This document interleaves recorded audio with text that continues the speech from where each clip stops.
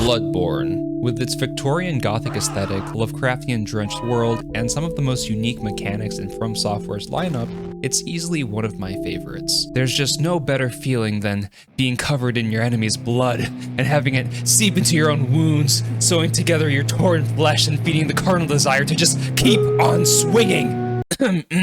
In all seriousness, Bloodborne really is one of my favorite From Software games. However, after sinking hundreds of hours into the game and doing all sorts of silly runs, I wanted to do something that would use a mechanic special to Bloodborne's combat system. The first thing that came to mind was the rally potential mechanic. According to the Bloodborne wiki, the rally mechanic is defined as the following. After being hit by an enemy, you may jump back in action and attack your opponent to quickly refill any lost health before your health bar actually depletes the amount. To regain your health, you must successfully execute one or several attacks on an enemy within 5 seconds after being hit. So I did my own research, and it seems that 5 seconds is more of an average time. The orange bar begins to deplete 4 seconds after taking damage.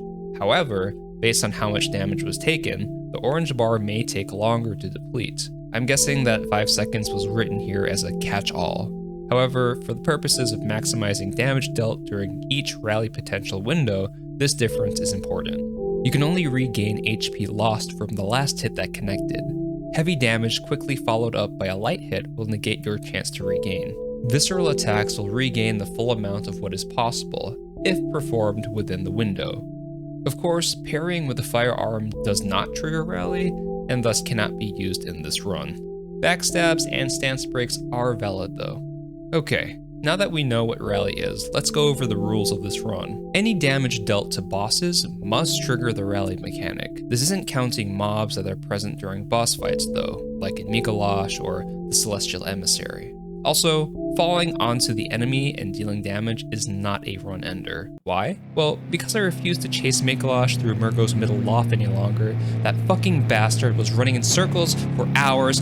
Fuck him. If a boss is hit without triggering rally, I must restart the boss fight. While I am allowing myself some leniency with this rule, there is still a scenario that would call for a complete restart. If a boss is killed with an attack that does not trigger rally, the run is dead and must be restarted. So, I'll have to be keeping track of if rally is triggered on each of these hits. And there's a couple ways to tell if it is or not.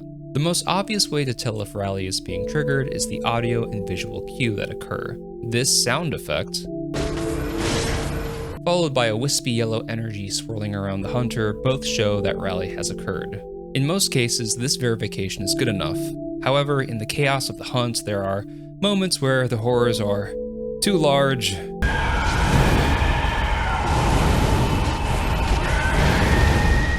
or just too loud.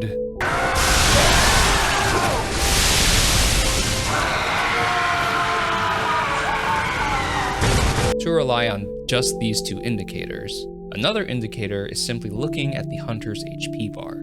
Okay, that just about covers the rules. Let's go into some pre-planning. There are 2 ways to open a rally potential window. The first and most obvious way is to get hit by an attack. However, there are some drawbacks to this. Firstly, the stagger and knockback incurred from attacks may be so extreme that there isn't enough time to make many attacks during the rally potential window. Also, there are certain boss attacks that don't grant a standard rally potential window. The second option of opening rally potential windows is consuming a portion of your HP for 5 Quicksilver bullets. This method is more consistent, but requires knowledge of when it is most beneficial to apply. There's also a caveat for this method as well. You cannot drain your HP again if you already have 5 Quicksilver bullets gained in this manner. This means you'll have to expend a minimum of 1 Quicksilver bullet in order to enter the rally potential window in this way once more. Each trick weapon in Bloodborne has its own rally potential value. Faster weapons typically have a lower rally potential than slower hard-hitting weapons. Of the starting weapons in Bloodborne, the Hunter's Axe boasts the highest rally potential. However, I opted for the Saw Cleaver. With a faster moveset and a lower rally potential value, the Saw Cleaver can be used to land more attacks within the window before it ends. Another note, the use of weapons that induce a continuous or instantaneous recovery of the rally potential window will be only used as a last resort. There are 2 weapons in Bloodborne that fall under this rule, Ligarius's Wheel and the Bloodletter. The Ligarius Wheel, in its transformed state, constantly provides a rally potential window. The Bloodletter's transformation attack begins with a seppuku-like animation, opening a rally potential while also counting as an attack. So this makes it really easy to just kind of turn backwards and then do that transformation, have a rally window open, and instantly attack. I felt that using either of these weapons would simply turn the run into a Ligarius Wheel only run, or a Bloodletter transform attack only run, which weren't my original intentions. One more boon to the Saw Cleaver is its transform attack, which provides extended reach for bosses that have awkward hitboxes, and more stagger for beast type enemies, specifically enemies that have breakable limbs. Because I'm going with the Saw Cleaver, I probably won't be able to recover all of the HP lost during a window. So to keep cycling through my HP, I'm going full communion. With 3 communion runes, I'll have an additional 9 blood vials. Hunter tools unfortunately do not trigger the rally mechanic in any way. However, we will be using 2 of them throughout the run, or at least when we get them. The Beast Roar is a hunter tool that is found in the Forbidden Woods. It essentially has the same properties as Force, a miracle from the Dark Souls series. At the cost of 2 Quicksilver bullets, activating Beast Roar will knock down smaller enemies, stagger larger enemies, and deflect projectiles. This will be invaluable for reducing the blood-infused Quicksilver bullet count below 5 in a way that has no potential to accidentally damage a boss without triggering Rally. A lot later in the game, we'll also be picking up the Choir Bell. At the cost of 7 Quicksilver bullets, this hunter tool can be used to restore HP. It's another great way to preserve blood vials while also reducing blood-infused Quicksilver bullets below 5. That's enough background knowledge for now. Now we can start the run. We start with the Violent Pass origin for the highest starting HP. Right away, we do the cookie skip so we can have access to the Forbidden Woods early. After picking the Saw Cleaver and the Hunter's Pistol, we take a stroll into Snake Town and grab the Beast Roar. Sadly, we will need to upgrade Arcane to 15 before we can use it. So for now, we will carefully be using the Hunter's Pistol to expend Quicksilver bullets. Abusing the AI freeze glitch, the Shadows of Yharnam will quickly be disposed of. Wait, do I have enough? I think I have just enough Quicksilver. R2. Visceral. Please die. Quicksilver.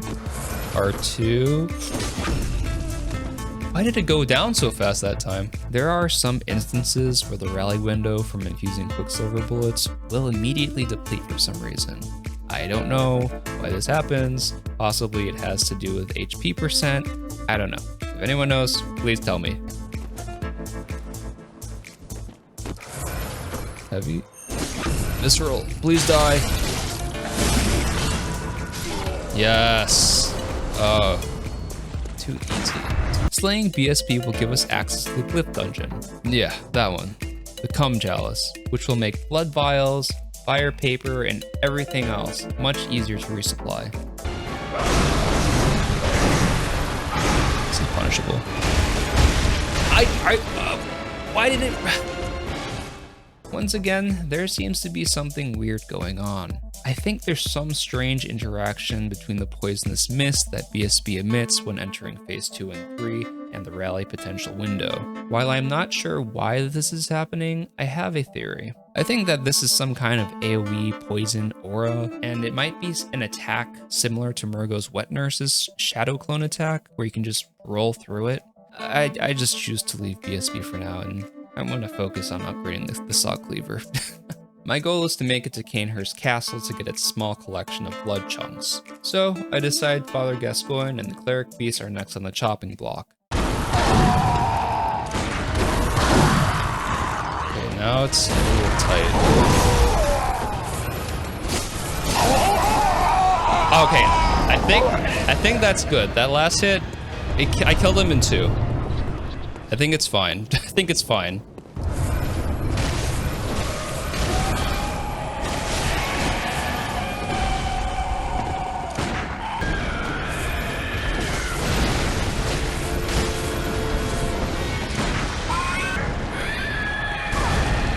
That's actually good.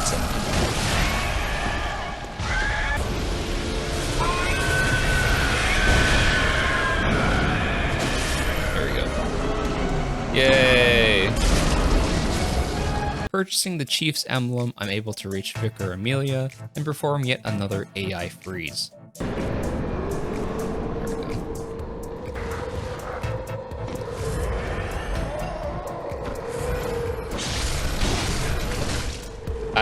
Why did it? Okay.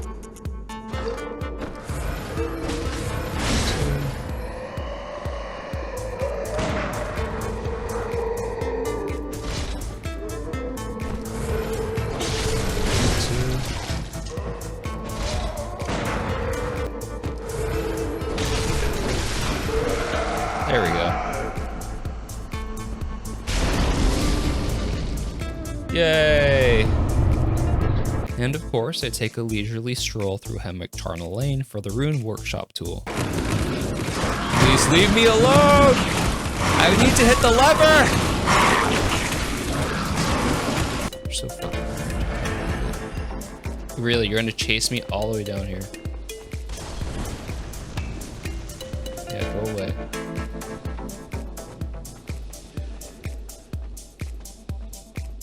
Bitches. What the fuck? Just die, please. Are you fucking kidding me? I hate you.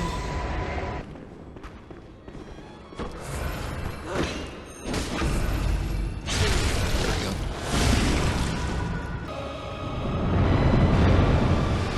Oh, there. The fuck are you? Okay.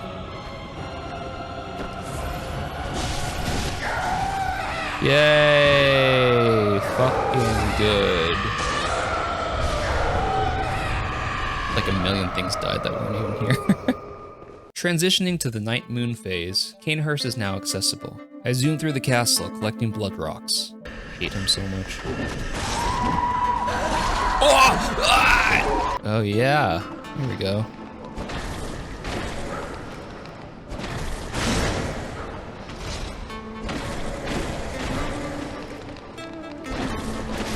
Another blood chunk, perhaps? 2 blood chunks. Okay, we're cooking, we're cooking. With some small victories under my belt, I return to Old Yarnum to give BSB the hands. BSB is what I would consider to be the first challenge in this run so far. It's a fast-moving boss that tends to reposition after each attack. This makes it difficult to land hits after a self-induced window. Intentionally taking hits will also only get me so far. The amount of stagger caused on certain hits, even when using the wooden shield, are enough to completely miss the rally window. Additionally, each hit inflicts poison, consuming even more blood vials to stave off the status effect.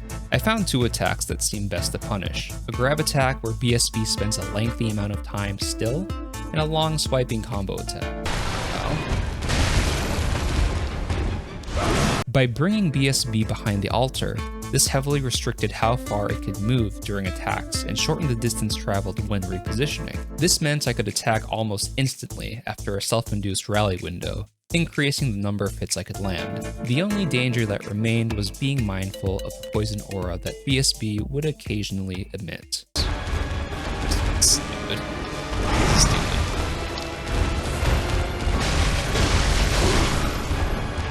Oh my god! Okay, that is how you do it, I guess. You fight him in this tiny area. Finally, with BSB dead, we have access to the Cum Chalice dungeon. Farming Blood Echoes in 2025 is truly a blessing. Cranking up our level to 90, our hunter now has a very respectable HP bar for punishment and a comparable stamina bar. I was honestly worried about all the baby spiders and the AoE during this fight, but Brahminer children were very kind potatoes and kind of just let me slap them around.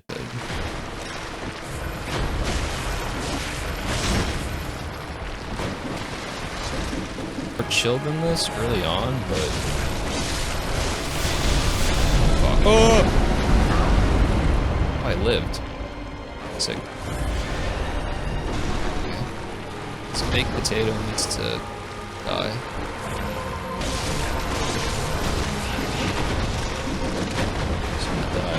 That's the important part. Oh! No, no, no, no, no, no. Just run, just run, just run, just run! Just run!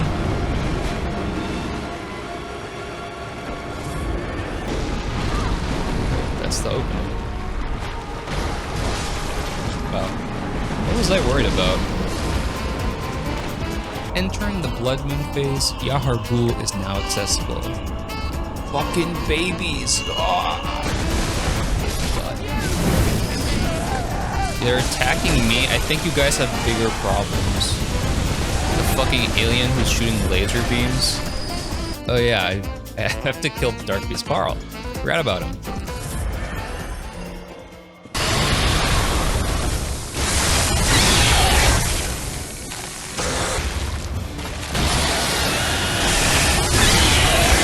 Oh, this is sad. This is sad. First try. I mean, I'm way over level, but yeah, that was sad. Yeah, maybe I should have fought him earlier. Wanting even more damage, I decide at this point in the run that it's time to enter the Hunter's Nightmare. Wow, I hope a big eldritch creature doesn't grab me with their large, gaunt hands and teleport me to a different dimension. Oh no. After collecting a couple more chunks, my wild curiosity got the best of me and I wanted to see how Ludwig would be in this run. And surprisingly, I felt really comfortable fighting Ludwig. In Phase 1, there were many instances of quick, close, staggering attacks from him that would essentially let me step in the ring with him and go blow for blow. His sweeping arcane spit attack was a great example of this, being able to quick step through it and intentionally getting clipped without any sort of stagger. Combined with him having breakable limbs, the Sock Cleaver absolutely chewed up his health bar. In Phase 2, there were less attacks that I could just tank through, but many of his charge attacks were great opportunities to open rally windows. Specifically, his charged overhead slam was always a juicy punish. Not long after recognizing these openings, Ludwig was down, and was what I would consider to be one of the easier bosses of this run. A sentence I never thought I would say. Big fucking sword. Okay, this is the big one. God damn it, I couldn't do that. No! Okay, we can reset with this. Buff.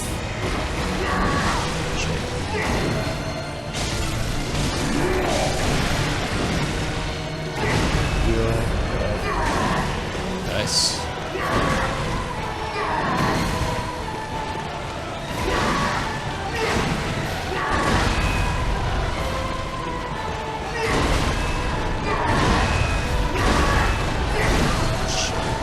You can do a follow-up to that?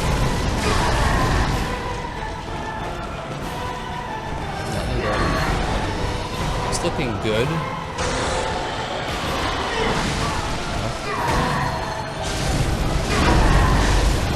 I'm not gonna go for it. I'm too scared. Oh, this could be it. This could be it.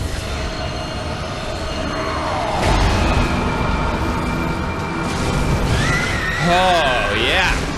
Okay. Huge. Huge, huge, huge.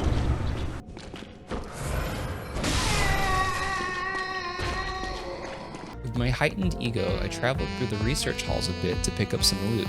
Stopped by Upper Cathedral Ward to collect the Cosmic Eye Watcher badge, and challenge the One Reborn. Ah, another limb boss for my Sock Cleaver to break. Dude, what the hell?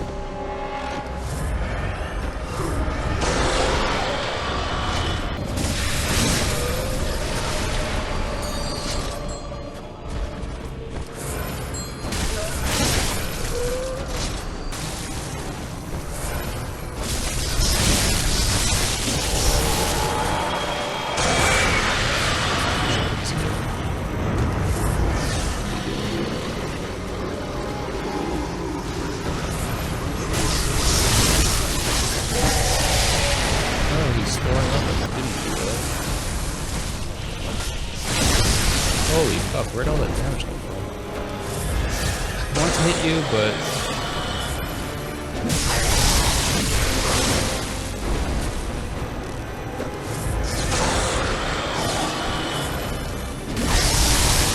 Oh, I almost hit him without rally.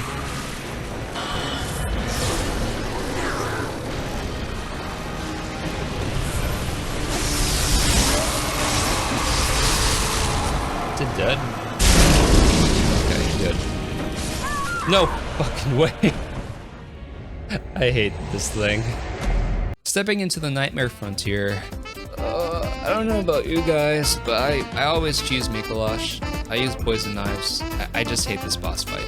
It's so dumb. He just keeps fucking running around. I had made special preparations for this fight. Special as in, I collected the lock shield. Collecting the lock shield, of course, is to deal with a Call Beyond, a very silly arcane tool that absolutely nukes your HP bar. I also had the Beast Roar. Mikolash is a humanoid type boss, so Beast Roar will throw him on his ass if he's within range. And boy, did I spam the fuck out of it.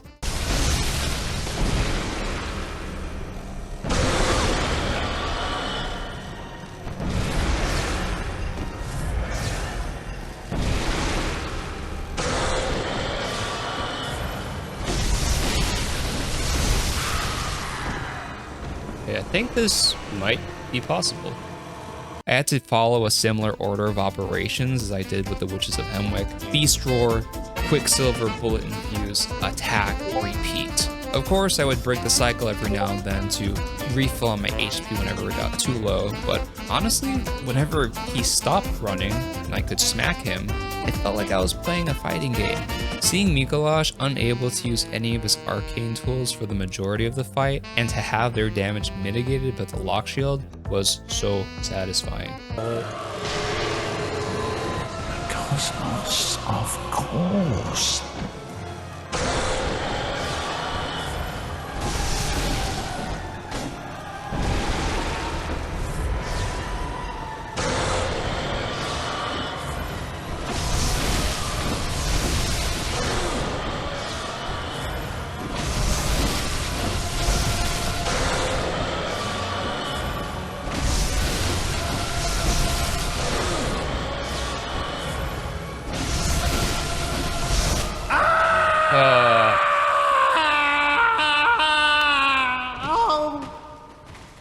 Now I'm waking up. I'll forget everything.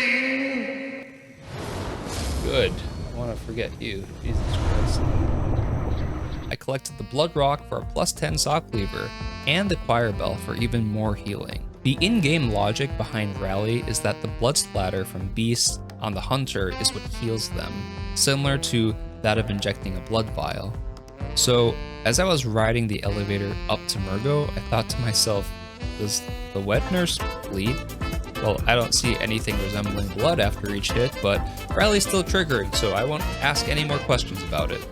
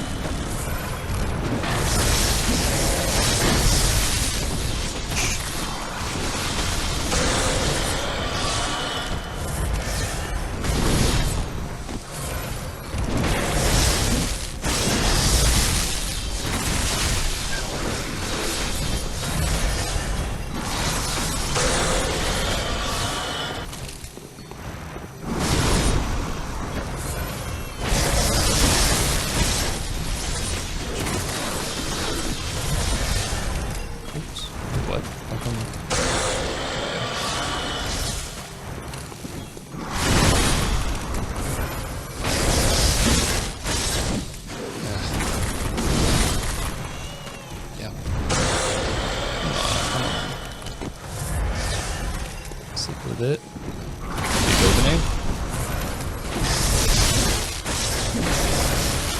I think that's it. Wow. Okay. Celestial Emissaries. There's like nothing to say. They're pretty much the same.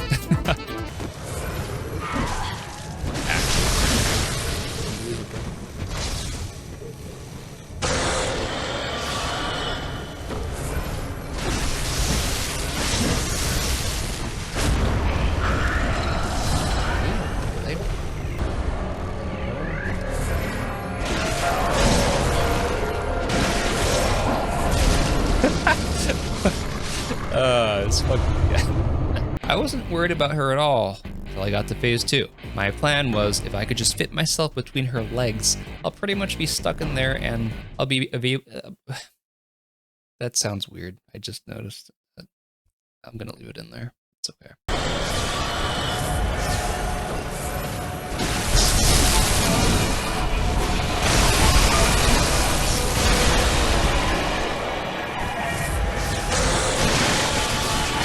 I never noticed, but in phase 2, Abritas constructs this barrier, and if you stand in it, which, I mean, you have to because I'm in melee range, it'll deal continuous damage to the hunter. It's very low damage, but this means whenever you get a rally window, it will instantly start to end. This means I can only sneak in one attack before the orange bar completely disappears. Not ideal, but with all the community runes I've collected so far, and the choir bell, I'm willing to play the long game.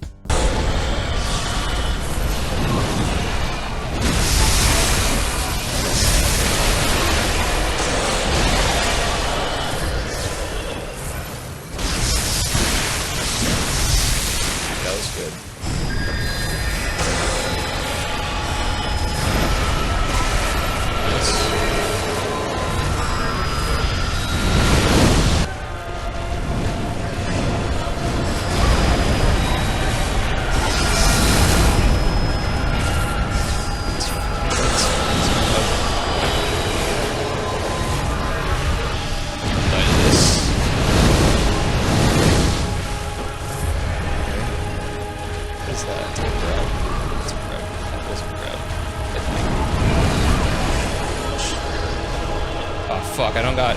Wait, I have the bell. I have the bell. It's okay. We are in luck. Come on. Get in there. Okay. Yes! Okay. Speaking of the long game, that is the same case with the Living Failures. Not a hard boss, but a lengthy one because of all the constraints of this run. Mostly just kiting each of the failures around and punishing headbutt attacks. Oh!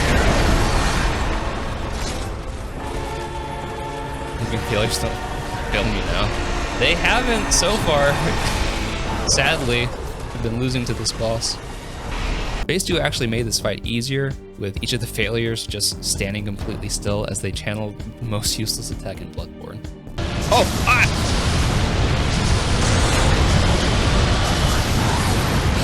Okay, I shouldn't use that next time. Okay. I think phase 2 will be easier. Fuck it.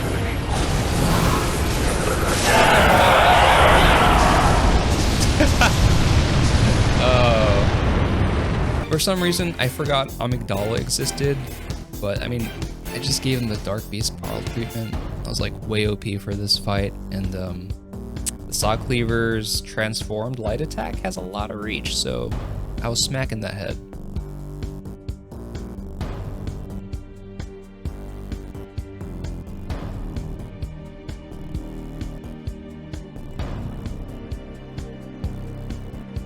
Lady Maria staggers really easy in phase 1, so the Beast Roar to self-induced rally window works great. Also, timing the Beast Roar as soon as one of her attacks land is a great way to open up another rally window.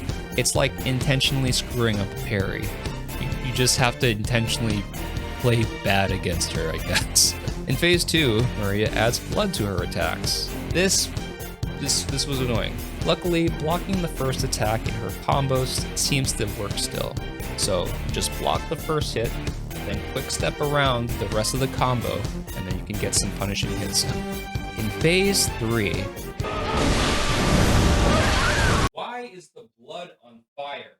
It's fine, it's fine. When Maria enters phase 3, her resistance to Beast Roar and Stagger increases. However, she will still stagger on occasion. Implementing the transform attack to my combos proved mostly successful in getting more stagger. After some precision dodging and repositioning, Lady Maria's melatonin finally kicked in, and she took her forever nap, relinquishing the celestial dial. Holy shit. Okay. That was the tech. Just wait for her combo to end and then Beast Roar. And then you can kind of get in a couple hits. Whew. Okay. Let's chill out. Mario Ligarius was a weird one. In phase 1, he fights like an Elden Ring int PvP player, spamming his blood magic. He does have this multiple skull attack that you can block with a lock shield, and you can get a pretty short window to attack. There's also melee attacks in phase 1 that can be blocked, which also provides a small rally window. During phase 2, it's just straight hands. Ligarius changes his file style completely, becoming a very melee combo heavy character. But this worked wonderfully for me, as I tried to match his R1 spam with my own. Honestly, I think this run is making me worse at the game, and I need to do a normal playthrough and just see what happens. You want a box? It's a box. It's a box.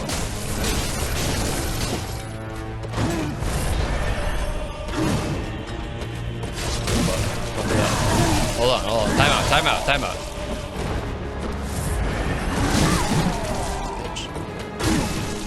You're cheating. Oh, he's dead. What the fuck? I wasn't looking at his HP bar at all. Okay. Awesome. Love it. Hanging hits are out of the question against this guy, as just about every attack causes heavy stagger or knockdown. Even when blocking, I would still get knocked around. Self-inducing a rally window against what attack? Okay.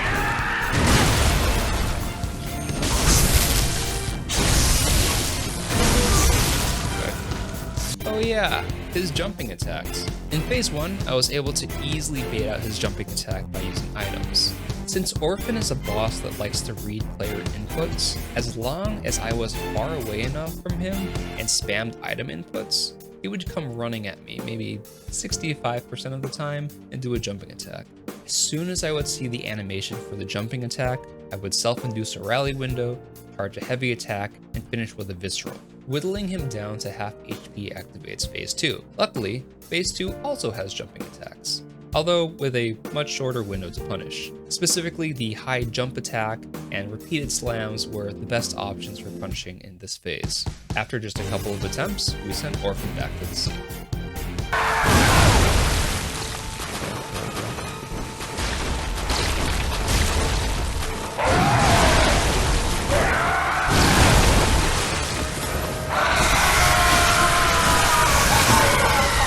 Oh my god. Okay. Yay!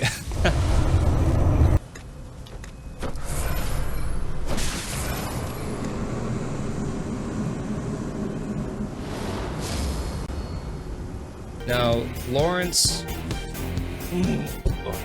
When Lawrence attacks or repositions, I would take a minuscule amount of damage. While this does open up a tiny rally window for one hit, a lot of the time this tiny hit would ruin a self-induced rally window, resulting in a lot of wasted HP and blood pills.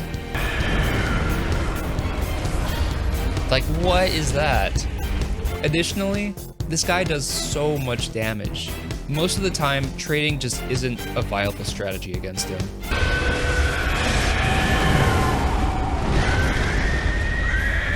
You fucking... The attacks that I found the most lucrative to punish were either of his 2 grab attacks or his 3 ground punch combo.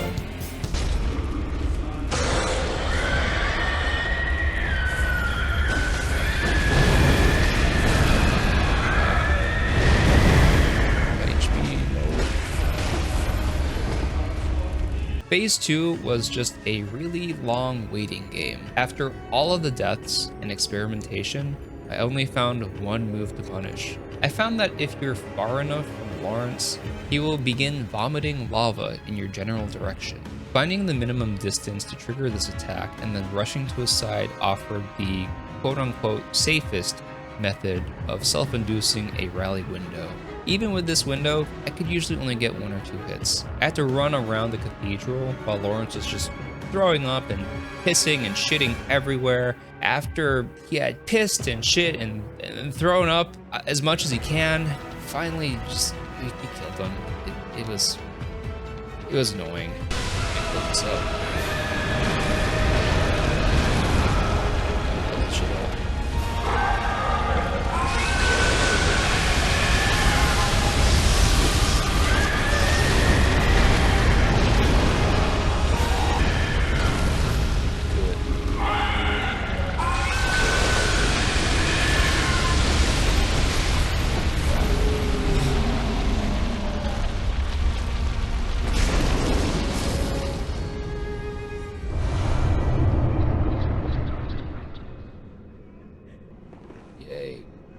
Gehrman was very similar to Maria, except much easier.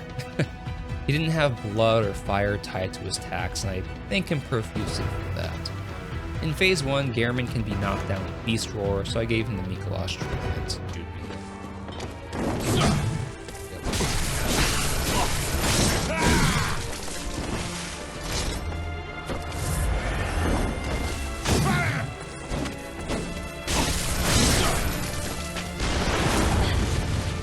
Phase 2, he becomes completely resistant to the effects of Beast Roar. I don't know what to do with this. However, his melee attacks are still able to be blocked. Blocking his rolling attack and the last hits in a string of attacks gave just enough time to land enough hits.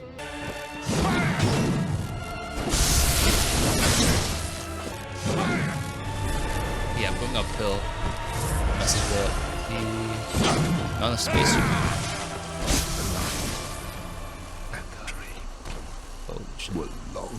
Oh, and the moon presence? Oh, I've been waiting for this move the whole campaign. Yeah, that's good.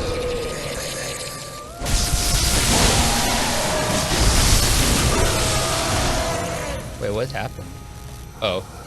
Oh god, oh, I thought, I was so scared I fucked that up. Alright. Yeah, attack me. That is the rally run! Yay! The takeaways from this run, yeah, I wouldn't say it's particularly hard. It's just time consuming and you need to really pay attention to that rally window. And also develop bad habits on purpose, like getting hit.